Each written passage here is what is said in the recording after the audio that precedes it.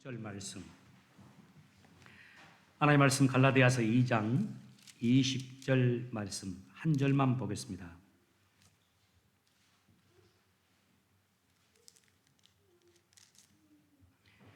같이 한번 한 절 읽겠습니다. 시작. 이제는 내가 사는 것이 아니라 내 안에 계신 그리스도께서 사시는 것입니다. 내가 지금 내 몸 안에 사는 것은 나를 사랑하셔서 나를 구하시려고 자기 몸을 바치신 하나님의 아들을 믿는 믿음으로 사는 것입니다. 이번에는 20절 말고 그 바로 앞에 19절 맨 마지막 한 문장 있죠. 나는 그리스도와 거기서부터 마지막까지 20절까지 같이 한번 다시 읽겠습니다. 시작. 나는 그리스도와 함께 십자가에서 죽었습니다. 이제는 내가 사는 것이 아니라 내 안에 계신 그리스도께서 사시는 것입니다. 내가 지금 내 몸 안에 사는 것은 나를 사랑하셔서 나를 구하시려고 자기 몸을 바치신 하나님의 아들을 믿는 믿음으로 사는 것입니다. 아멘. 예, 자리에 앉으시기 바랍니다. 형제님, 제 마이크 조금만 올릴 수 있으면 한번 올려보시고요. 하울링 나면 줄어도 괜찮습니다. 약 5, 6년 전에 저희 교회 성경 공부 교재였던 예수님의 사람이라는 책의 일부분 소개하면서 말씀 시작하고자 합니다. 그 책의 저자가 이렇게 썼어요. 교회를 향하여 충성스러운데 자아의 문제가 해결되지 않는 분들이 많습니다. 목회를 하면서 늘 안타까운 것들 가운데 하나, 어느 교회든지 교회에 어려움을 일으키는 사람들은 거의 예외 없이 열심히 있는 교인들이라는 사실입니다. 그러나 문제는 그들 때문에 교회 안에 온갖 시험거리도 생긴다는 것입니다.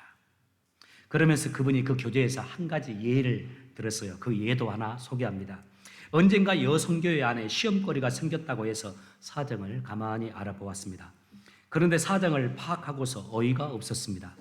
시험의 발단은 주일 점심 식사 준비 때문이었습니다. 누구는 배추 김치를 담그자고 하고 누구는 깍두기를 담그자고 하는데 그것으로 인해서 시험거리가 된 것입니다. 아무것도 아닌 일에도 교회 안에서 시험이 되는 것이 사실입니다.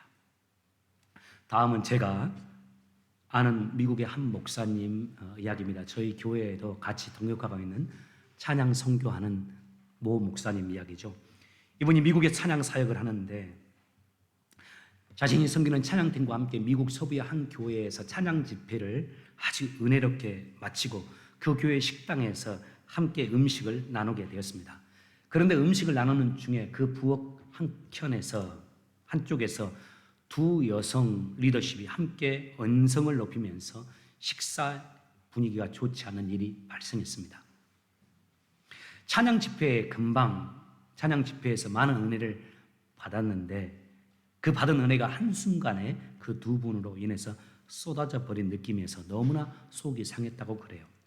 그런데 그 언성의 이유를 듣고서 그 목사님, 그 선교사님이 더 속이 상했다고 합니다.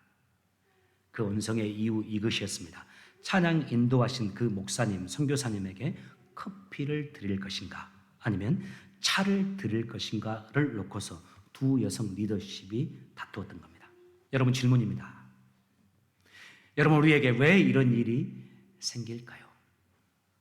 그렇게 주님을 사랑한다 하면서도 또 사실 주님을 사랑하면서도 교회를 사랑하고 성도를 사랑한다 하고 실질적으로 사랑하면서도 수십 년 동안 신앙생활을 했음에도 불구하고 그 귀한 헌신을 하며 살아감에도 불구하고 그런 분들이 왜 이런 모습을 보이는 것일까요? 그 이유에 대해서 앞에서 소개했던 예수님의 사람, 그 책의 저자인 목사님께서 이렇게 그 이유를 정의했더라고요. 그것은 자아의 문제가 해결되지 않았기 때문입니다. 예수님을 믿기는 믿는데 아직도 자아의 문제가 해결되지 않았기 때문에 이 일을 열심히 하고자 하는 마음을 가지고 있음에도 불구하고 여전히 문제가 생기고 시험거리가 생기는 것입니다. 해답은 이것입니다. 자아가 아직도 꿈틀거리고 있기 때문입니다. 주님을 알고 그 진실로 주님 사랑하기도 하지만 진실로 교회도 사랑하고 성도도 사랑하기는 하지만 아직도 자아가 죽지 않았기 때문입니다. 오늘 이런 우리를 향해서 주님께서 사도 바울의 고백을 통해서 우리에게 이렇게 말씀합니다. 19절 하반절, 나는 그리스도와 함께 십자가에 못 박혔습니다. 오늘 이 말씀을 보고서 내가 죽어야 한다, 내가 죽어버리자 라고 다짐하고 몸부림을 칠 수 있습니다. 저는 이 귀한 다짐, 몸부림이 참 귀하다고 생각해요. 우리에게 이런 다짐, 이런 몸부림이 있었으면 좋겠어요. 나는 죽었다, 나는 죽어야 한다, 죽어버리자. 그런데 이 다짐이 조금 수정되었으면 좋겠어요. 나는 이미 죽었다라고. 사실 우리가 이 사실을 믿습니다. 우리가 다 예수 믿을 때 세례를 받았잖아요. 본래 초대교회 때 세례는 물속에 푹 잠기는 의식이었습니다. 물속에 들어갈 때 그 고백이 나는 죽었답니다. 십자가에서 예수님과 함께. 그리고 나올 때 예수님과 함께 내가 살아난 것을 고백하고 새 사람 된 것을 고백하죠. 그런 의미에서 세례받은 우리들은 이미 예수님과 함께 십자가에서 죽은 자들입니다. 한국 교회사에 나오는 한 분 여러분 소개하고자 합니다. 실화인데 이분이 16살 때 과거에 응시했다가 낙방했어요. 몇 번을 응시를 했는데 이게 안 되는 겁니다. 그래서 고향에 내려와서 사업을 시작했어요. 그런데 힘써 노력하고 자기가 가진 재산을 다, 가정의 재산을 투자하고 사업을 하는데도 사업이 잘 안 되는 겁니다. 이럴 때 사람 정말 힘들잖아요. 나름 똑똑해서 공부를 열심히 해서 과거 응시를 했는데도 여러 번 떨어지고, 또 부모의 재산을 가지고서 사업을 시작했는데도 그 사업도 안 돼서 망해버려요. 자꾸 망해요. 되는 일이 없잖아요. 그때 보통 남성들 그 시대에는 이제 그러면 술을 마시기 시작하죠. 노름도 하고 주먹을 휘두르기 시작했습니다. 사람들 사이에 유명해졌어요. 깡패로. 그런데 어느 날 그가 거리를 지나가는데 금발의 서양 여자가 이 사람에게 전도지를 주면서 예수 믿고 천당 갑시다 라고 전도했어요. 그 전도지를 받은 이 남자가 그 여자, 서양 금발 여자 앞에서, 선교사님 앞에서 전도지 가지고 코를 확 풀고 던져버렸어요. 그때 여자 선교사님이 이렇게 말했어요. 당신 전도지로 코 풀면 코가 썩어버립니다. 보통 사람 같으면 주먹으로 확 한번 쳐버렸을 텐데 선교사님 미국 사람이잖아요. 미국 여자잖아요. 건드지를 못하고 그냥 지나쳤어요. 그런데 집에 와서 이상한 일이 벌어졌다고 그래요. 코가 간질간질 하더니 잠을 자려는데 증상이 더 심해지는 겁니다. 이렇게 하나님이 역사할 때도 있습니다. 그때 이 남자에게 그 여자 선교사님의 말이 생각났어요. 실질적으로 그의 코가 썩어가는 것 같아서 잠을 거의 자지 못했습니다. 다음날 아침에 그 미국 여자 선교사, 금발의 여자 선교사 수소문에서 찾아갔습니다. 그리고 어떻게 하면 코가 안 썩냐고 물었습니다. 그때 선교사님이 예수 믿고 구원받으면 코가 안 썩습니다. 이 말 한마디에 그 깡패가 예수 믿게 되었습니다. 여러분 그 깡패 누군지 아실 겁니다. 그 선교사님 누군지 아실 거예요. 그 금발의 선교사, 그 유명한 수알렌 선교사님이고, 이 깡패가 한국 초기 기독교 부흥 역사를 이끌었던 김익두 목사님이라는 사실 여러분 알고 계시죠? 이때 김익두 목사님이 변화하기 시작합니다. 극적으로 변화했어요. 자신의 주먹이 부끄러워지는 겁니다. 술이 보기도 싫어졌어요. 여자를 멀리하게 됐어요. 예수님 만나면 전형적으로 나타나는 현상이죠. 죽어도 술 못 끊는다 하는 사람들, 예수님 만나면 어느 순간부터 술 보기도 싫어지잖아요. 담배 끊어야 된다. 담배 끊지 않으면 당신 건강 유지할 수 없다. 그렇게 의사의 말을 듣고 노력해도 담배 못 끊잖아요. 그런데 예수 만나면, 예수님이 깊이 내 안에 들어오시면 담배 냄새도 맡기 싫다고 하잖아요. 이번에 그렇게 예수님을 만났어요. 그리고 자신이 더 이상 깡패가 아니라 이제 자신은 예수 믿는 그리스도인이라는 사실을 알리고 싶었어요. 그런 그가 자신이 알고 있는 사람들에게 편지 한 장씩을 보냈습니다. 그 편지 뭔지 아시죠? 김익두가 죽었다 라는 글이 쓰인 부고장을 다 보낸 거예요. 깡패답습니다. 그래서 그 부고장을 받은 사람들이 실질적으로 김익두가 죽은 줄 알았다가 시장에서 만나고 깜짝 놀랬다는 사람들도 있었습니다. 이런 과정을 통해서 이전에 깡패였을 때와는 완전히 다른 사람이 되어집니다. 다른 인생을 살게 된 거예요. 그리고 한국 기독교의 길이 남는 부흥 역사에 길이 남는 목사님이 됩니다. 여러분, 오늘 말씀의 첫 번째 결론은 이겁니다. 우리는 이미 십자가에서 죽은 사람들입니다. 그리고 이제 하나님의 자녀로 새로 태어난 사람들이에요. 우리의 옛 자아를 십자가에 못 박은 자들이 하겠습니다. 두 번째, 그럼 이와 관련해서 질문이 있습니다. 십자가에서 죽은 우리는 그러면 어떻게 살아야 하는 것인가? 옛사람은 죽고 새로 태어난 우리는 어떻게 살아가야 하는 것일까? 이 부분의 답이 연속적으로 갈라디아서 2장 20절에 나옵니다. 나는 그리스도와 함께 십자가에서 죽었습니다.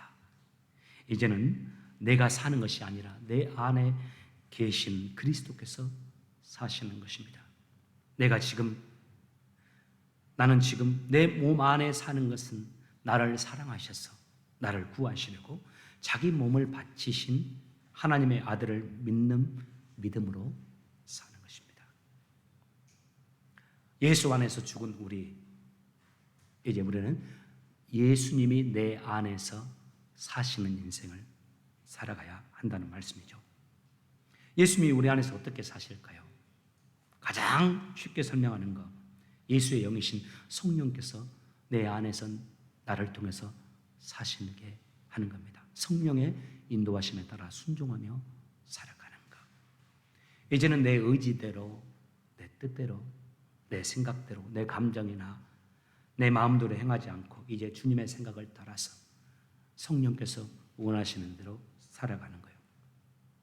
이제는 내가 내 삶의 주인이 아닌 예수님께서 내 삶의 주인이 되어 사는 삶을 의미합니다. 이 삶을 살기 위해서 우리에게 가장 중요한 질문 가운데 하나가 이것이라고 생각해요. 지금 내 마음의 왕자에는 누가 앉아 있는가? 내 삶의 운전대는 누가 잡고 있는가? 여러분에게 질문해 보고 있습니다. 여러분 인생의 운전대 누가 잡고 있습니까? 감사합니다. 내가 예수님을 믿음에도 불구하고 내 삶의 균형 잡히지 않는 이유, 내가 믿고 주님을 따른다 하면서도 자꾸 내 삶이 불안정한 이유, 어쩌면 그것은 내가 내 삶의 주도권을 쥐고 내 뜻대로 살아가고 있기 때문인지도 몰라요. 내 가정이 불안정한 이유, 내 삶이 자꾸만 흔들리는 이유, 열심히 삶에도 불구하고 그것은 불안정한 내가 내 삶의 주도권과 결정권을 쥐고 살아가기 때문이 아닐까, 그런 생각을 해봅니다. 우리가 늘 주님이라고 말하죠. 여러분 주일날 아침에 주의 전에 올라오셔서 주여 라고 말하는 거, 이거 쉬운 거 아닙니다. 주여라는 말이 주인이라는 뜻이잖아요. 누구를 우리가 주인이라고 부릅니까? 내 인생의 주인은 나지. 그런데 주일 아침에 나와서 고개를 숙이고 주여, 주님 할 수 있는 거, 이거 쉽게 되는 거 아닙니다. 간지러워서도 못합니다. 진짜 내가 예수님을 나의 주인으로 믿을 때 주여 이렇게 할 수 있는 거죠. 우리 어린아이들 오늘 유스도 모여서 또 여러분 학부형들 상의하겠지만, 우리 부모들, 예수 믿는 우리들, 저도 마찬가지입니다만, 우리 아이들이 예수님을 향해서 주여 이렇게 할 수 있다면 그것보다 더 큰 축복이 어디 있겠어요. 주여. 우리가 다 지금 주여라고 부르는데 이거 사실은 기적입니다. 우리 인력은 안 됩니다. 성령께서 우리 가운데 오셔서 우리 마음을 다스리시고 붙잡아 주시고 우리 생각을 주장해 주시니까 예수님을 나의 구주로 모시고 주여 할 수 있는 거죠. 그런데 말입니다, 안타까운 일이 하나 있습니다. 이 고백이 우리 입술에 입술에만 머무는 겁니다. 내 삶으로 잘 이루어지지 않는 거예요. 이와 관련해서 제가 경험한 이야기, 한 3분의 2는 듣지 못했고 3분의 1은 이미 한두 번 들어보았을 겁니다. 그래서 3분의 2가 듣지 못하셨기 때문에 한 번 더 이야기하려고 해요. 제가 2012년 6월에 저희 교회에 처음 왔었거든요. 2012년 6월에. 그때 제가 린츠버그에서 공부하고 있을 때입니다. 그때 금요일 날 오후에 아이들 수업 끝나고 나면 바로 아이들 픽업해서 저희 프레드릭스버그로 올라왔어요. 그리고 2박 3일 동안 여러분의 가정을 돌아다니면서 머물렀습니다. 보통 4가정이 조를 짜가지고 한 달에 한 번씩 가정들 갔어요. 여러분, 이거 쉬운 거 아닙니다. 여러분, 남의 가정에 가서 2박 3일 머물러 보십시오. 처음에는 저는 정말 어렵더라고요. 저희 가정 4식구 다 갔거든요. 진심으로 섬겨주는 것 알고 또 고마웠지만 동시에 너무나 조심스럽고 부담스럽고 조금이라도 내가 실수하지 않으려고 노력했어요. 성도님들 가정으로 가면서 차 안에서 아이들에게 가서 조심해라. 마음대로 걸어다니지 마라. 저녁이 되면 새벽에 자다가 화장실 가지 말고 자기 전에 한번 화장실 갔다 와라. 딸들에게 조심하고 조심하라고 또 말도 했어요. 성도들의 가정에서 2박 3일 머무는 거 참 쉽지 않은 일이었습니다.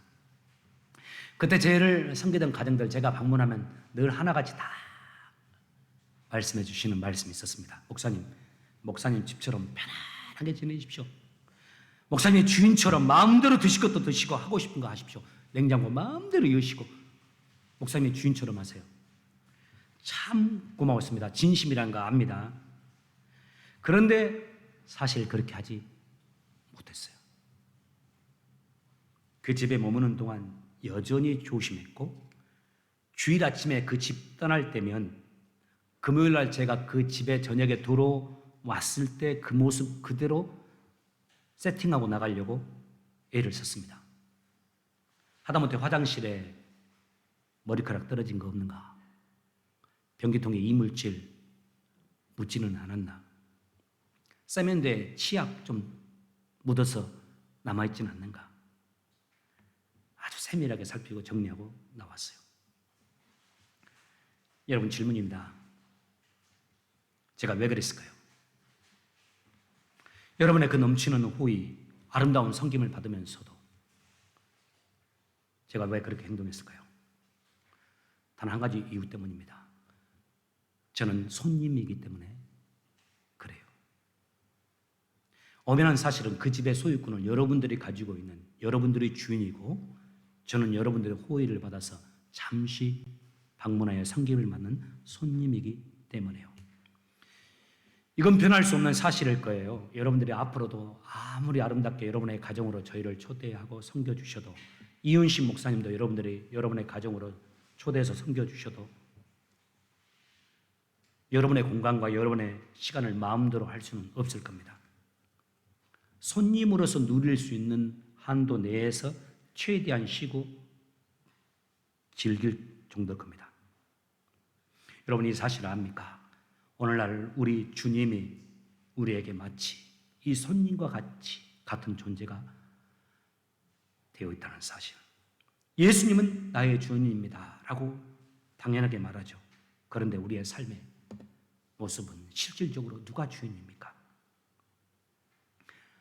우리의 주인은 예수님입니다. 내 재산의 주인도 예수님이에요. 이 교회의 주인도 예수님이고요. 우리 자녀들의 주인도 예수님입니다. 내 모든 시간의 주인도 예수님입니다. 우리는 청직이라고 말씀하죠. 내 시간도 내 물질도 내 건강도 내 가정도 내 자녀도 모든 것의 주인은 예수님입니다. 그러므로 우리는 그분의 뜻대로 살아야 합니다. 내가 가진 것들 그분의 뜻대로 사용해야 되고 내게 주어진 어떤 선택의 순간들 내 시간들, 그 시간의 주인 되신 예수님이 원하시는 것을 선택하며 예수님이 원하시는 대로 해야 되죠. 여기서 우리가 중요한 거, 우리가 늘 그 주님께, 주인 되신 예수님께 물어야 합니다. 어떻게 해야 할까요? 이 시간을 어떻게 활용할까요? 내 물질을 어떻게 쓸까요? 주인 되신 예수님의 뜻을 묻는 겁니다. 무시로 기도하는 겁니다. 쉬지 않고 기도하라는 말씀이 이겁니다. 이렇게 살 때 예수님을 나의 삶의 주인으로 모시고 예수님께 내 삶의 주도권을 드리고 예수님이 나를 통해서 사시도록 나를 내어드릴 때 우리의 삶의 균형을 잡아갈 겁니다. 성령께서 하나하나 간섭하시면서 아름다운 일들을 만들어 주실 겁니다. 오늘 주 앞에 나오신 여러분, 예수님을 주인으로 모시고 예수님과 함께 예수님께 순종하면서 예수님의 은혜를 누리며 살아가는 여러분 되시길 주의 이름으로 축복합니다. 살아계신 주님, 저희들이 이미 십자가에서 죽었음을 믿습니다. 그리고 이미 다시 살아나 하나님의 자녀가 되었음을 저희들이 믿고 고백합니다. 저희는 청지기임을 고백하고 내 시간도, 내 물질도, 내 건강도, 나의 자녀도, 내 가정도, 나의 모든 것이 그것의 주인은 나의 주 예수임을 고백합니다. 주 예수여, 늘 우리와 함께 하시면서 우리에게 말씀해 주시고 우리의 삶의 주인 되사 우리의 삶을 이끌어 주시며 저희들의 생각과 마음을 성령께서 주장하여 주셔서 주님과 함께 주님을 따라서 주님께 순종하면서 주의 도우심 속에서 믿음으로 우리의 한평생을 걸어가는 우리의 삶이 되게 하여 주옵소서. 우리 아이들의 인생을 주인 되신 예수님께 맡깁니다. 우리의 시간도 예수님께 드립니다. 우리의 물질도 드립니다. 우리의 계획도 드립니다. 주님, 온전히 우리의 주인 되어 주셔서 우리의 삶을 주장하시고 인도해 주시옵소서. 감사하며 예수님의 이름으로 기도합니다. 아멘.